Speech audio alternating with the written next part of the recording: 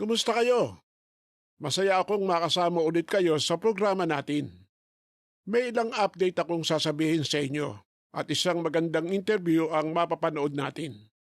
Masaya tayong mabalitaan na dalawang kapatid natin sa Russia ang nakalaya na kasi natapos na ang mga sentensya sa kanila.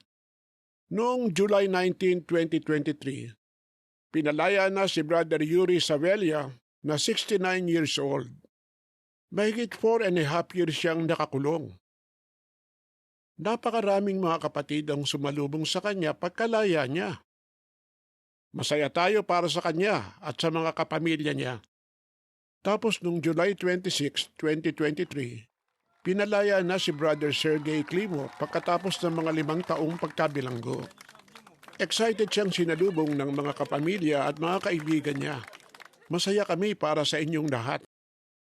Sinabi ni Jesus sa Apokalipsis 2:10, patuloy na ibibilanggo ng dyablo ang ilan sa inyo. Pero sinabi rin niya, huwag kayong matakot. Mababasa rin sa Hulyo 2019 ng Ang Bantayan, kapag ipinagbabawal ng mga kaaway natin ang ating pagsamba, inaasahan nilang matatakot tayo at titigil na sa paglilingkod kay Jehova. Baka magkalat din sila ng mga kasinungalingan tungkol sa atin. Ipahalughog nila ang bahay natin. Sampahan tayo ng kaso o ipabilanggo pa nga ang ilan sa atin. Umaasa silang masisindak tayo dahil may ilan na silang napabilanggo. Kaya anong matututuhan natin sa dalawang kapatid natin sa Russia na nakalaya? Nakapagtiis silang dalawa habang nakabilanggo at nanatili silang tapat sa Diyos na Jehova. Tama ang sinabi ni Jesus na wala talaga tayong dahilan para matakot. Nai-enjoy ngayon ng mga kapatid natin saan man sa buong mundo ang maging matiisin na kumbensyon natin. At sa ibang mga bata, baka ito ang first time nilang makadalo ng kumbensyon ng in-person. Pakinggan natin sila.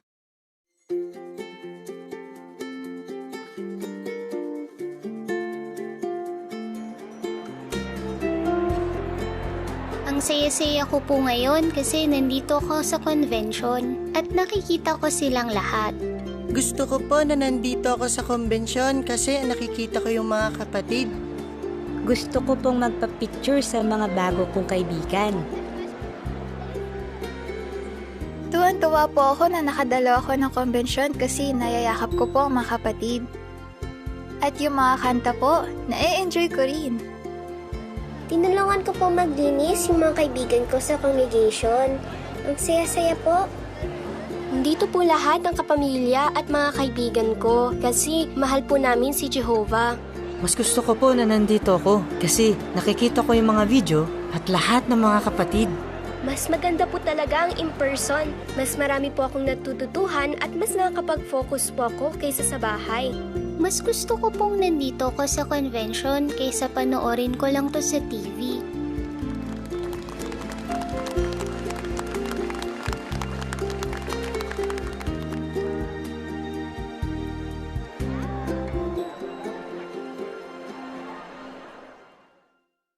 Ganda ng sinabi nila. Ang husay ng mga ginawa ninyo, mga magulang.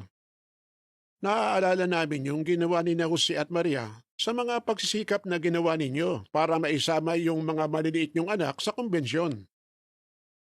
Taon-taon noon, isinasama nila si Jesus at ang mga kapatid niya sa kapistahan sa Jerusalem. At sulit yung ginawa nila. Mga magulang, napakagandang regalo para sa mga anak ninyo kapag isinasama niyo sila sa mga kumbensyon. At napapasaya natin ang Diyos na Jehova kapag lahat tayo sama-samang dumadalo. Sa September 1, magsisimula ang bagong service year at mag-uumpisa na rin ang kampanya natin sa buong mundo gamit ang issue ng Bantayan bilang 2 2020 na may pamagat, ano ang kaharian ng Diyos? Yung mga kapatid na gustong mag-auxiliary pioneer, pwede silang pumili kung 15 o 30 hours ang aabutin nila. Kailangan na natin ngayon ang kaharian. Kaya masaya tayo na sabihin sa iba ang napakagandang mensaheng ito. Malapit na ring ipaalam sa maraming kongregasyon kung kailan ang konbensyon nila para sa 2024. Masaya kaming sabihin sa inyo na ang tema para sa programa ng 2024 na konbensyon ay Ihayag ang Mabuting Balita. Base ito sa 1 Korinto 9:16. Ang sabi, ngayon, kung inihahayag ko ang mabuting balita, hindi dahilan yon para magmalaki ako, dahil ang pananagutan ay nakaatang sa akin. Talagang kaawa-awa ako kung hindi ko ihahayag ang mabuting balita. Napakarami nating problema ngayon, kaya sakto ang napiling tema ng konbensyon, at sigurado ako na mag-i-enjoy kayo sa unang araw pa lang nito. Hindi pa dyan natatapos ang mabuting balita. Kasi noong December 4, 2020, pinalaya na ang 28 sa mga kapatid natin na nakakulong sa Eritrea. Mga 5 hanggang 26 years na nakakulong ang mga kapatid nating ito. Ba't sila nakulong? Dahil sa pagiging neutral nila. Isa doon si Brother Negedi Teclimerian. Nakulong doon si Brother Negedi dahil sa pananatili niyang neutral. Noong 1994, nang 21 years old pa lang si Brother Negedi Teclimerian, kinuha siya ng mga sundalo sa bahay niya.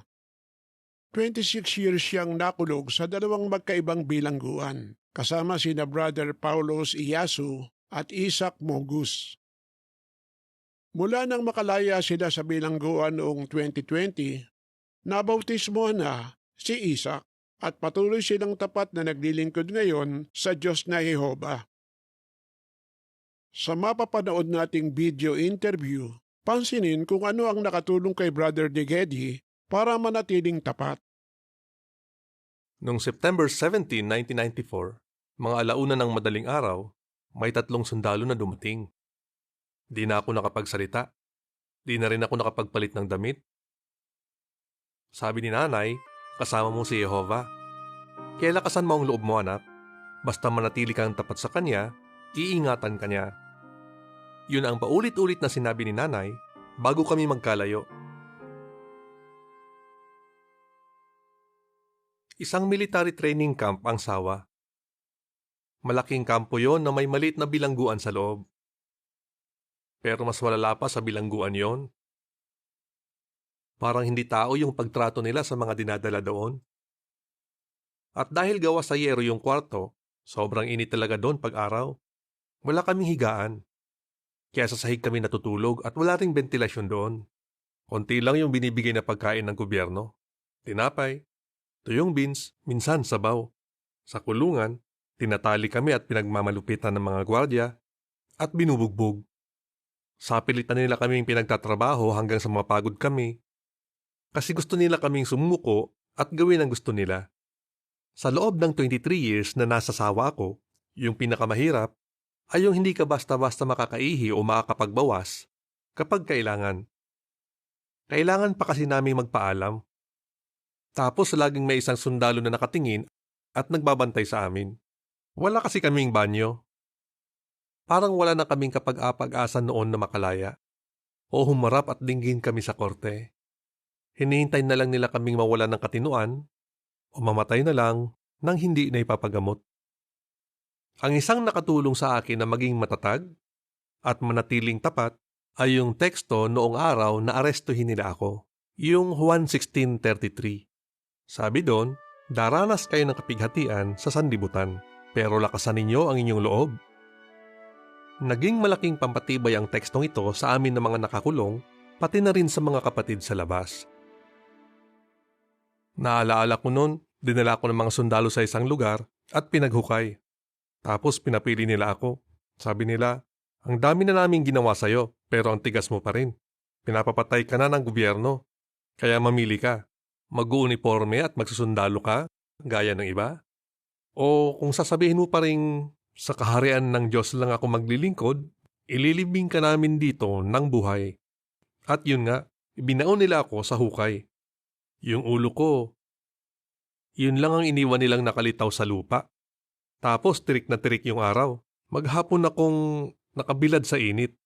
Pawis na ako noon. At mawawala na ng malay. May nakita ako sa malayo.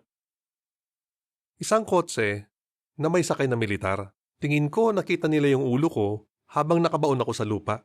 May kasama pala silang isang mataas na opisyal ng militar. Hindi siya taga doon. Napadaan lang siya. Kaya hindi ko kilala kung sino talaga siya. Tapos nagtanong siya, "Ano to? Bawal yung ginagawa niyo ah. Bakit niyo ginaganyan yung taong to? Sino ang nag-utos na ilibing niyo siya ng buhay?" May natutuhan ako at yung mga kasama ko sa nangyaring ito. Habang nasa kulungan ka, baka maramdaman mo na nag-iisa ka lang.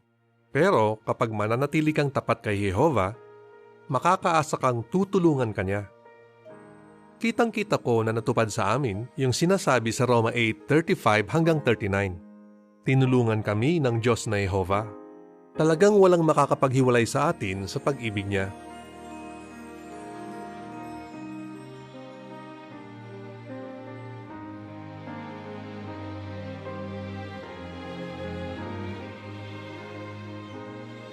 May lalaki't babaeng nagtatrabaho sa kulungan. Gwardiya yung lalaki, sekretary yung babae. Pinag-uusapan nila kami. Sabi nila, mukhang ipapapatay na tong mga to ng gobyerno. I-record kaya natin yung kwento ng mga nangyayari sa kanila at ipaalam sa iba. Kahit paano malaman man lang ng pamilya nila na nandito sila at ito ang nangyayari sa kanila. Kaya pinicturan nila kami, tapos pinakita nila yon sa pamilya namin at sa buong mundo. Makikita niyo sa picture na puno ng putik yung kamay ni Paulos. Naghahakot kasi kami noon ng mga bato at ng kung ano-ano sa labas. Ayaw naming makita ng mga magulang at mga kapamilya namin na malungkot kami. Ang gusto naming maipakita sa kanila, masaya kaming tatlo na pinag-uusig kami dahil kay Kristo. Kaya pinilit naming ngumiti.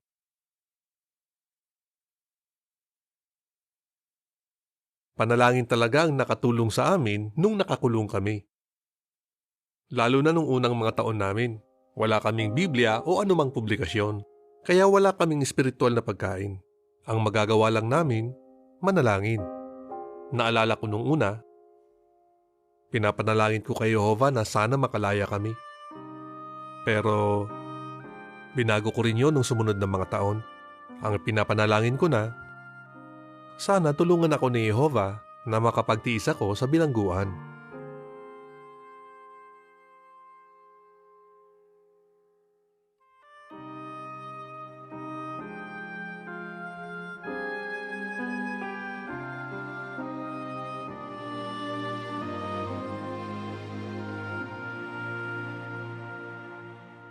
Hindi ko talaga inaasahan na makakalaya na kami noon. Nakita ko mismo na kayang iligtas ni Jehovah ang mga lingkod niya sa mahihirap na sitwasyon. Laging tama ang timing niya. Marami akong natutuhan sa loob ng 26 years. Isa na yung nakikinig si Jehovah sa mga ipinapanalangin natin.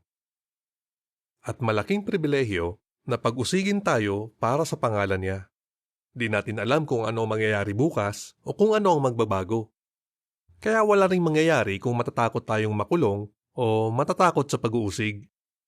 Pero mapaghahandaan natin ang mga yon. Tutulungan tayo ni Jehovah. Kailangan lang nating hilingin yon sa panalangin. Ano man ang mangyari, inaasahan man natin yon o hindi, eto ang natutuhan ko. Tutulungan tayo ng Diyos na Jehovah na magtiis. Napakaraming tumutulong sa amin. May mga sumusulat sa amin at nagpapadala ng iba't ibang bagay.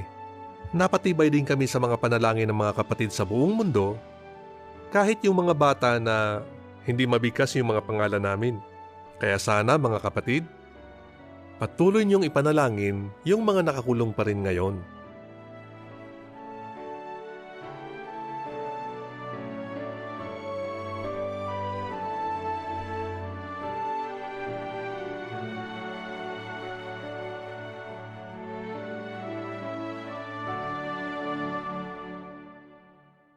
Maraming salamat sa pagkikwento ng karanasan mo ni Geddy.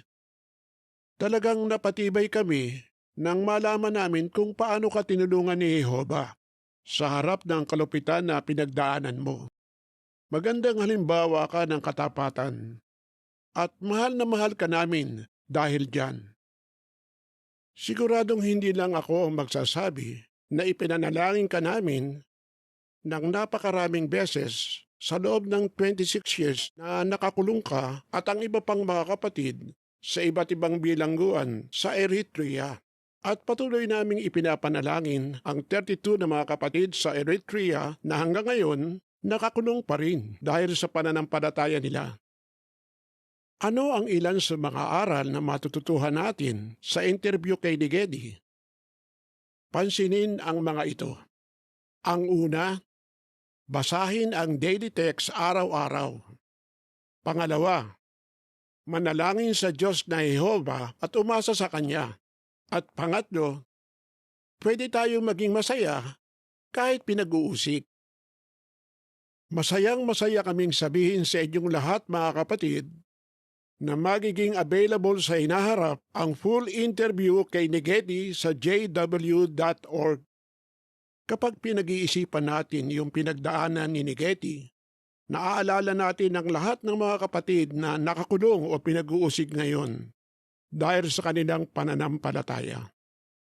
Sa inyo mga kapatid na nagtitiis ng pag-uusig sa Eritrea, Russia, at iba pang bahagi ng mundo, ipinapanalangin namin kayo at mahal na mahal namin kayong lahat. Mula sa World Headquarters ng mga Saksi ni Jehova, ito ang JW Broadcasting.